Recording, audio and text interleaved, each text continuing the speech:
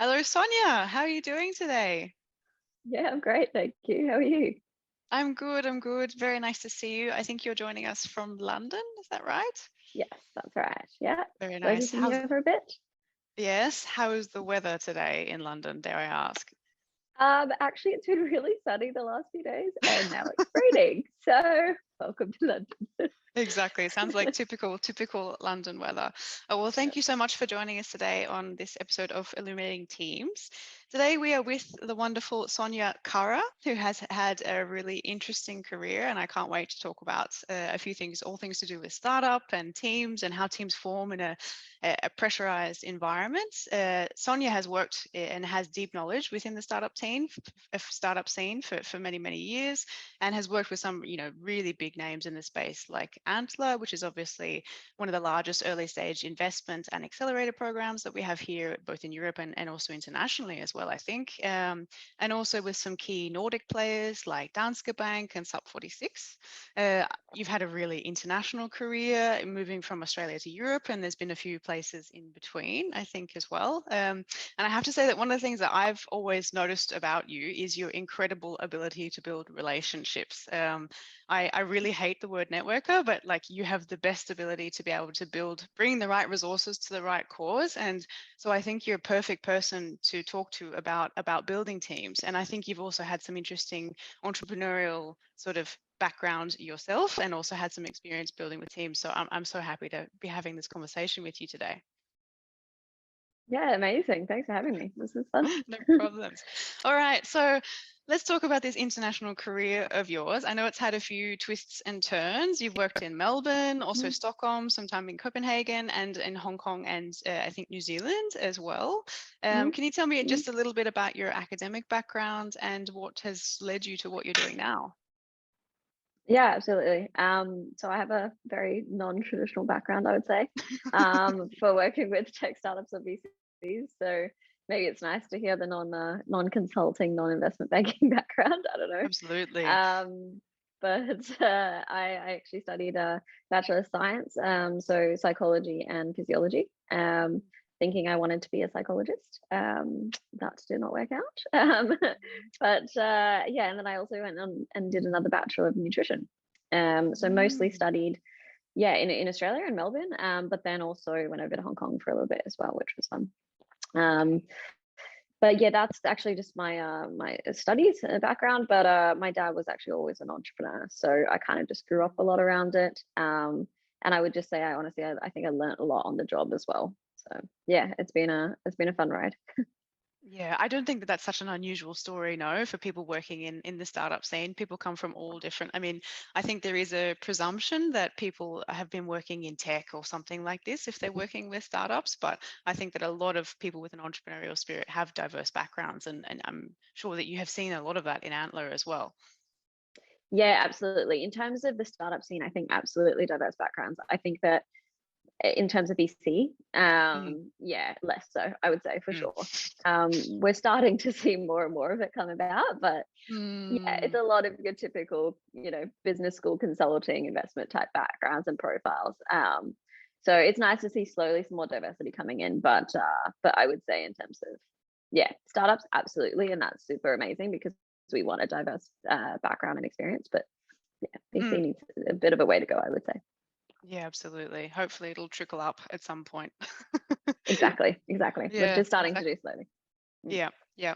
And so you've worked as a community manager and a program director, and you're now a mentor in residence. I think that is the title. So, which is interesting. Mhm. Lots of different roles within startup scenes.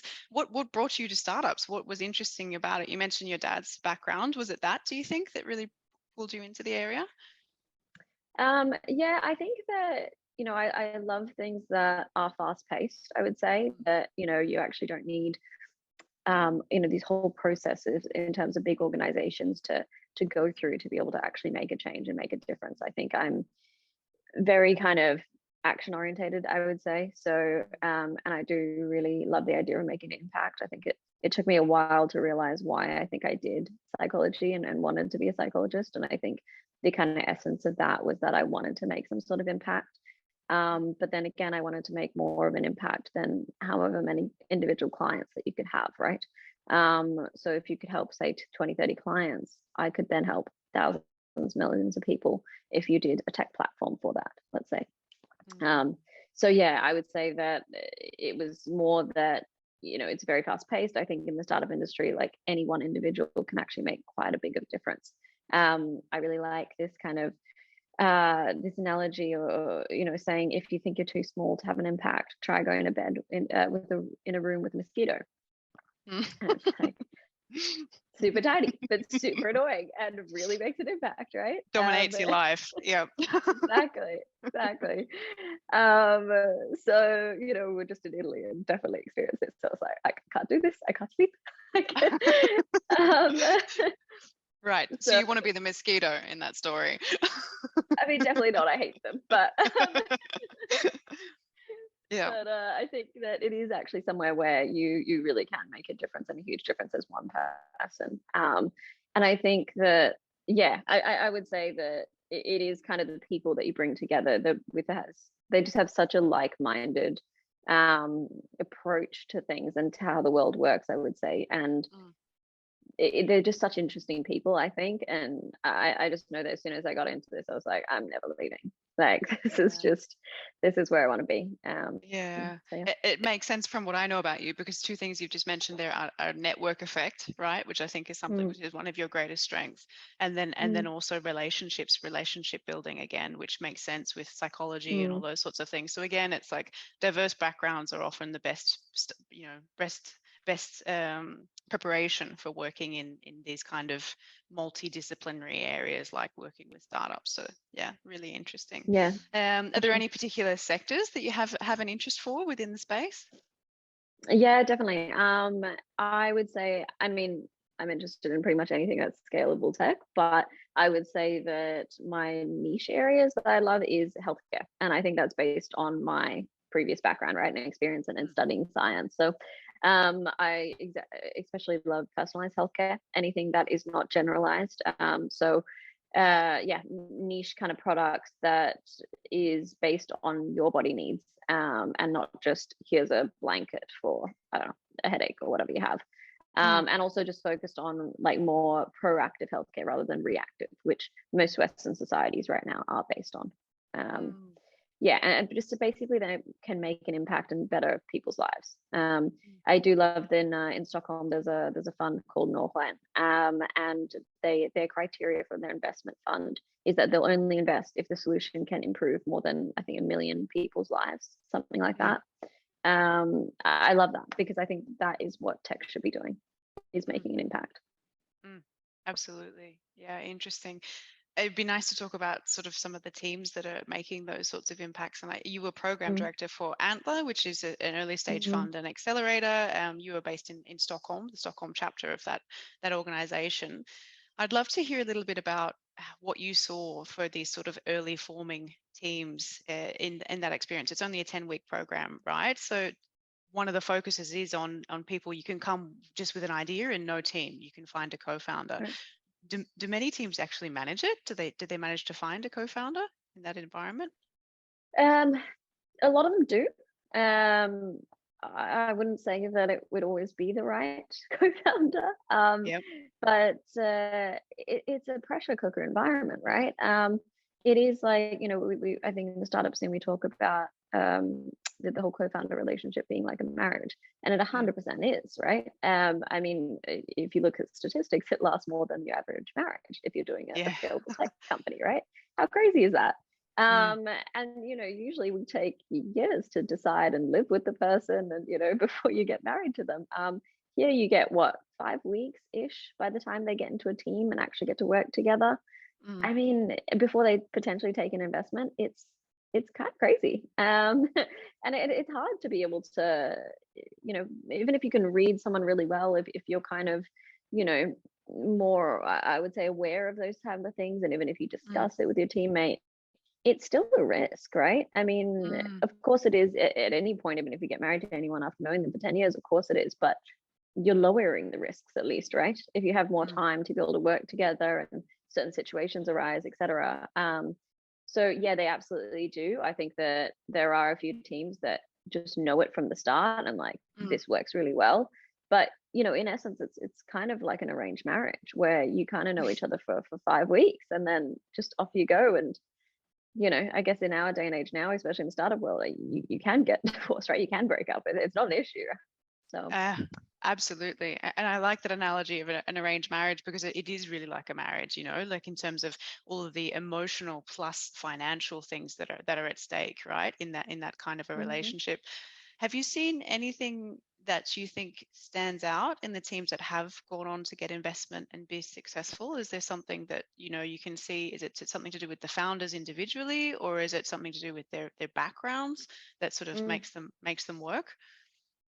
yeah, for sure. I mean, look, one is that there's fundamentals that you need, right? So in terms of if you want to actually build a tech scalable company, again, it's all around, there's a scale of things, right? Like if something will work and not, there's obviously like percentages of risk, or how well you think it could work, right? But I think a mix of domain experience, or what you're looking at, right? So if you're looking at legal tech, then ideally you have a lawyer on the team or someone that's worked around that area. If you're looking at real estate tech, then ideally someone with domain experience in that area. I think that's pretty key, right? Obviously, having a tech person that can actually code the platform that you're building, those type of Mm, things, absolutely necessary, right? But then if you look at kind of the soft skills part of it, I think mm, that there's a lot of things that are important there. So around, your values, do they align?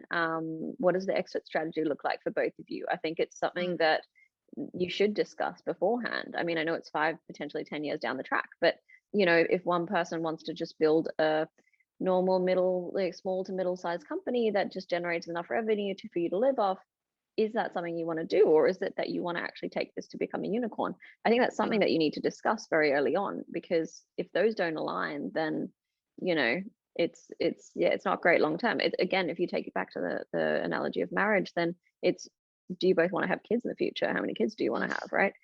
I mean, it may not always work out if you, even if you put this to plan, but you kind of need to know that someone's in the same ballpark as you, right? mm, um yeah, so I think in terms of the values, absolutely. In terms of like not just values, but actual attitudes of how this person is actually operating. What type of work environment do you like? Do you want to be able to work on weekends? Do you want to be able to, yeah, take a vacation, and the other person, like, there's so many things around the way you work. I think that needs to be compatible as well. You don't need to be the same. Like, not everyone needs to be a morning person, but I do think that there's certain traits there that you kind of need to understand at least. mm, I think I think the like, probably last thing I can add to that is around like, why do you want to do the startup, right? And I think that there's a lot of different reasons for a lot of people, right? But one of the things when I used to interview people to join the Antler program, and one of the things I used to ask for was, like, why do you want to become an entrepreneur? It's not an easy road, right? And the ones that I would get, some that would say, oh, because I want to be my own boss, I want to run my own company. And for me, it's like, I'm like, that's a no, clearly, because mm, if you're looking to do a scalable tech company, which is what Antler wants to support, right? If you want to do a small company, no problem with that answer. Go, you do you type of thing, right? But if you're looking to do a scalable company, chances are you will probably need to take an investment at some point. You will then mm, have a boss, right? mm. So that kind of reasoning around, I want to be my boss, for me, it's just not. It's not what you need to build a scalable tech company. Yeah. I think it's in terms of having a real passion for what you're doing, and the type of people that I've seen, the founders that make it pretty far, is they're the ones that just feel like like, I need to bring this product to market. Like, like Mm. people need to be able to have this product, right? Or I need to solve this issue that's happening in the world. Yeah, I think that's what works quite well. Yeah, interesting. Is there anything in the program that the co-founders go through or the founders go through that sort of prepares them for thinking about founder relationships, for how they should be thinking about? Because obviously these are, if they are, growth-oriented people, they're going to be thinking about building teams into the future as well. So not just the co-founders, but also who are your first hires, and then what happens once you become a bigger organization. Is there much emphasis on that in the program? And I mean, how well do you think founders are prepared for that experience of building an actual company? Yeah, I think, look, there's a lot of support material and workshops, etc., around when you come together. So in Mm. terms of asking a lot of questions, like these things that I mentioned, like, okay, what is your exit strategy? How do you like to work? What are some of your values, etc. You actually go through something like this document, and actually have to like answer it yourself, and then come together and discuss it. And this is actually, we make sure that you do this before we actually let you go ahead and become a team and work on your idea. So there is this kind of pre-process 100%, and I think that's great. It doesn't take away all the risks, of course, but Mm. again, it's about limiting them, right? Minimizing as much as you can. But then I think in terms of actually growing the team, we don't do much around that. At least we didn't Mm. when I was there, right? But in saying that, it's a 10-week program, and I think we need to be able to focus on certain parts, right? Like it is kind Mm. of getting you together and making sure that you're working with those 5 weeks. It's prepping you then for the investment, or the investment committee to potentially get an investment from us. So Mm. I think there's a lot of work to do there in terms of, yeah, what they already do. So then I think it's kind of something later for their portfolio companies, once they already invest, to help them with that, and understanding that they are still a very new team, and they are different from any other investment that a normal VC would make. Mm, interesting. How would a normal VC, from your experience, a normal VC, if there is such a thing, Mm. consider, like, how would they consider things like team dynamics when they're looking at whether or not they're going to invest in a company? How would they make that kind of an assessment? What kind of questions would they ask, do you think? Yeah, so again, everyone's different. Mm. In my experience, just knowing quite a few, they do different things. I would say one of the things they would do is, obviously, do their normal due diligence, meet with the startups several times, all the founders, etc. Before they invest, a lot of them would take them out for what they would call, I would say, a beer meeting, right? Mm. So like a personal, it doesn't have to be beer, obviously, but a tea, coffee, whatever it is, but in a personal setting, and usually one-on-one, or one on how many founders there are. So there's that kind of personal aspect that they like to be able to, know that this is someone that they can actually work with and have a chat with, and you're going to be there for a long time. So there's that aspect of it. Now a lot of VCs are actually starting to employ either psychologists or kind of, life coaches, those type of people that work in the startup scene, to actually assess the companies, assess the founders on, how do they work, what do they think about team dynamics. They obviously look a lot into culture. So there is a definite focus on it nowadays. Mm. I think there are some VCs that still do personality tests, which I don't think actually provide much information, to be completely honest. Mm. um but so I think hiring that kind of external person to be able to validate that I think this team is actually compatible, and they have the same values and goals, etc.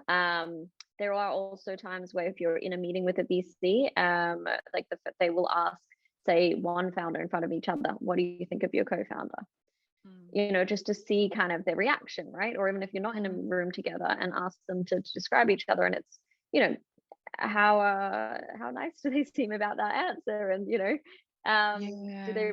is there that kind of just personal care for the other person, I think, as well. Yeah, interesting. Because I think one of the things that we talk about a lot at Lumi is psychological safety, right? And the willingness to be vulnerable in front of your teammates, and how fundamental that is to building innovative and performing teams. So it sounds like that's what you're talking about there. How do we test for both communication, right? So these Mm. people aligned in the way that they communicate, but also what is the trust within these teammates? Which is, I think, really interesting. I mean, how fundamental do you think things like trust, or like having a growth mindset, are to successful founding teams? I mean, both are incredibly important, for sure. Mm. I think in terms of the trust aspect, we look at that, then it's you're always going to have to trust your business partner. If not, I mean, to be honest, you're going to have to work yourself to the ground then, because you will always feel like the burden is 100% on you. So you Mm. won't be able to trust that if I'm going to have a kid, can I take 9 months off? Can I take 6 months off? Like, will I trust my business partner to be able to run the ship, and not let things crash, basically. Mm. Or vice versa, if you want to take a vacation for 2 weeks, you should be able to do that. I know that we talk about, working 180 hours or whatever it is, and not never stopping, and you need to do that, right? And I think times are coming to the point now where we're actually talking about mental health a lot more, especially in the startup space, which is super important to talk about. And so I think that, we're working a lot with that now, and there's more of an understanding that you can actually take a vacation, but you need that proper business partner, right? So obviously it's harder for solo founders, but if you have a co-founder, you need to be able to trust them for so many reasons. Or what if they get sick or something? You need to be able to pick up the slack. Like, there's so many ways that I think trust is involved here. Or even if you're struggling, as you mentioned, mental health, and I mean, founders do suffer. They show statistically from mental health issues much higher than the standard population. So being able to have a conversation around that when it hits, if it does, within founder teams, I imagine would be super important. And definitely, yeah. And I think in terms of, the growth mindset, I think some people think of this in two ways. So obviously there's the kind of your personal growth, in terms of, your maybe leadership skills, or yeah, those type of things. And then there's obviously, generally the way I think about it when I hear a growth mindset is in terms of the company, right? So how are you thinking about the company growing? And again, I think these just need to be aligned, right? So it comes down to, again, the exit strategy, or where you think, what's your, I don't know, go to market, like those type of things, where you're looking to expand, and when you're looking to take an investment, etc. All of these things kind of roughly need to be aligned, right? I mean, you can obviously make a plan and, say we're going to take an investment in Q1 2023. Likely it's going to be later and than then that. COVID happens or something, like right, like yeah. You can't plan everything, let's say, right? But at least you can kind of be aligned with each other. Yep.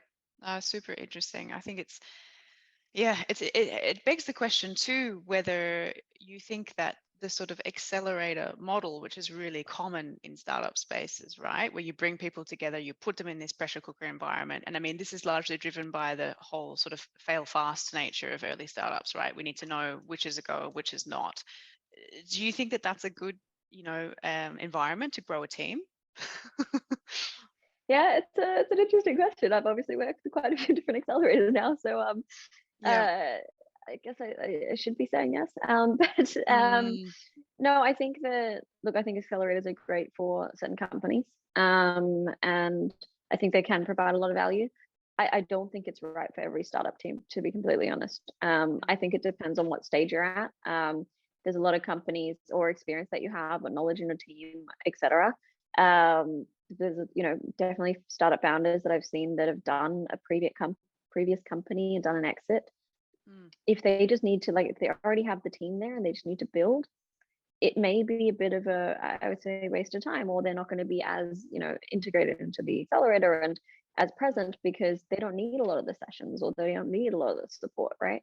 So yeah, I would basically I would say that it's helpful for some, for sure. But I think it depends on what stage you're at. And I would say to a lot of startups to be incredibly picky about which accelerator you go to, because based on the equity that they take, or based on the time that they take. So if you don't need it, I wouldn't do it just for the kind of, I would say, stamp of approval or whatever that you get from it, right?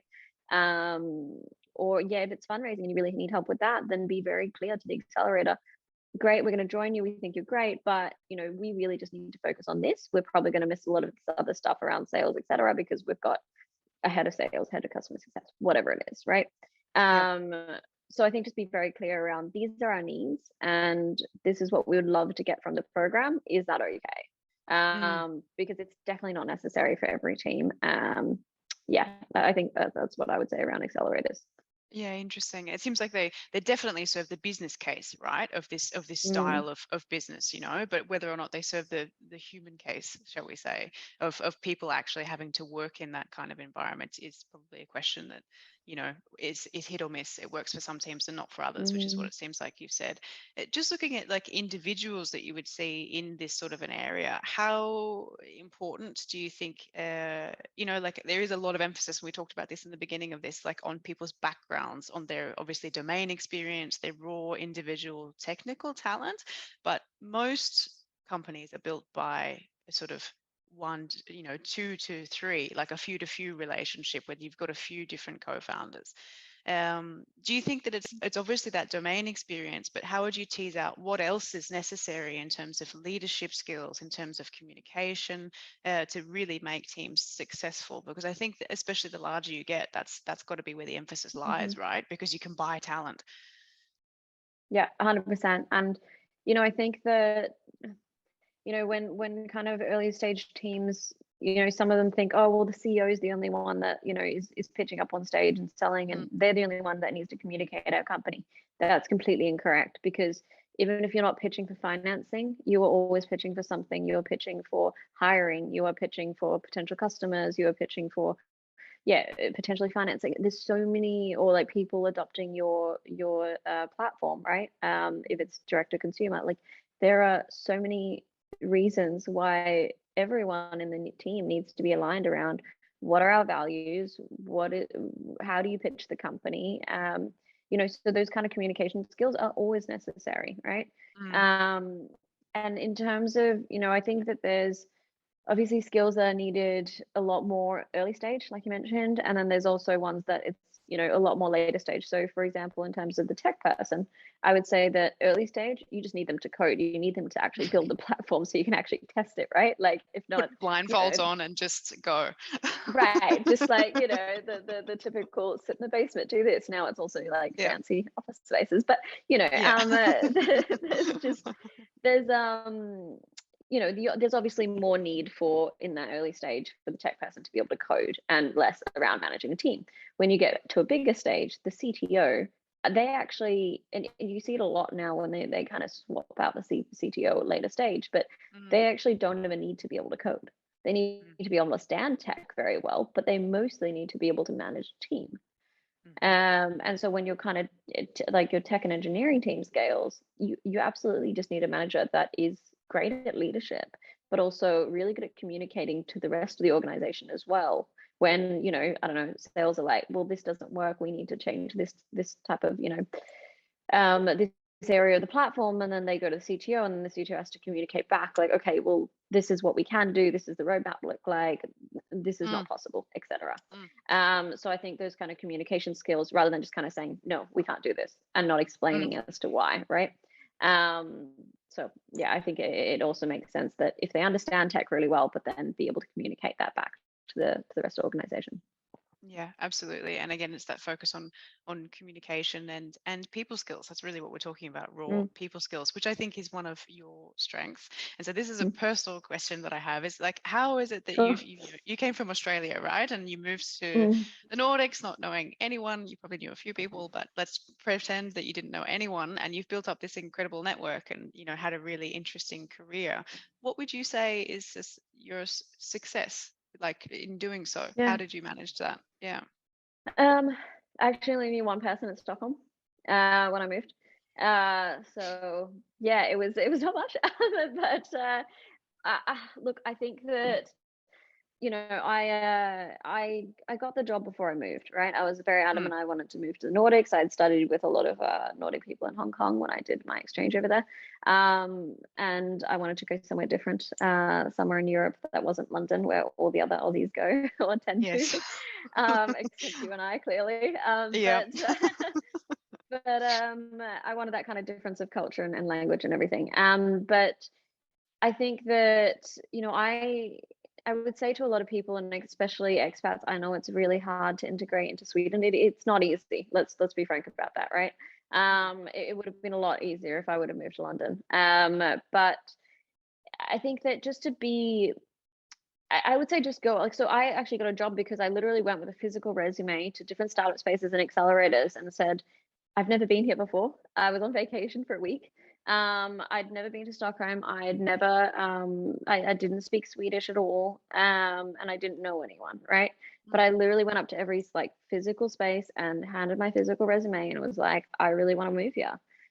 This is my experience, and yeah, willing to learn. And so I actually just got a job through that.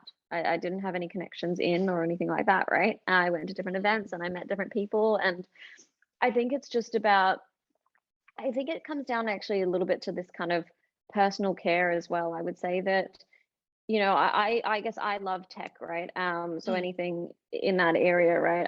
I have my Aura ring. I'm obsessed with it. Just any of this type of little tech in my personal life to make things easier. I'm like, ooh, like, but I think that a lot of people in the startup scene or investors, they love talking about this stuff as well. So I think I just connect with them on a personal level. I would say I don't love sometimes when startups are, I help them with something and say it's maybe just not in an accelerator format. So I just know them or they hear about me and they ask me to, help them out with something. And if I have the capacity, I will. But then some of the responses a lot of the time I get is, oh, but then what can I do for you?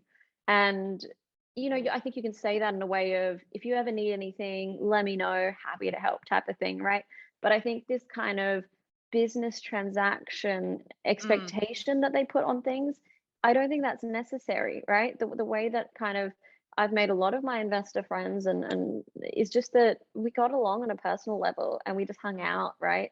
And then yeah, of course now we've done a lot of work together and I think that collaboration comes later on once you kind of like to be able to have a drink with someone or lunch or whatever, right? Mm. So I would just kind of say around just reach out, just try. I think the worst thing you're going to get is a no. Mm. But also just do it in a way where it's not such a transaction, I would say, Mm. and not having these expectations put on. But if I get in touch with this person, then I need to do this for them, or they need to do this for me. And I don't know. I personally, I don't believe in that. I think it's just nice to just yeah have a good amount of connections that you can go, okay, hey, like there's this. Can you look into this for me? And then they'll do that at some point to me as well. But there's not this expectation that I will have to at some point. Yeah. No, I think that that's a great way of thinking about it. Exactly. And it's, again, what you've described a lot through this whole conversation is like being motivated by passion, right? So it's like, it's Mm, interesting. I'm interested whether that passion is the sector that you're looking at, or if it's the company you're building, or if it's the people that you're meeting, just being interested in what they're doing and wanting to help. So I think that's mm. great. And you're definitely a star at it. So thanks so much for sharing today. I think that's a great place to leave it. Yeah, sounds great. Cool. It was fun. Wonderful. Thanks, Thanks for Sonia. having me.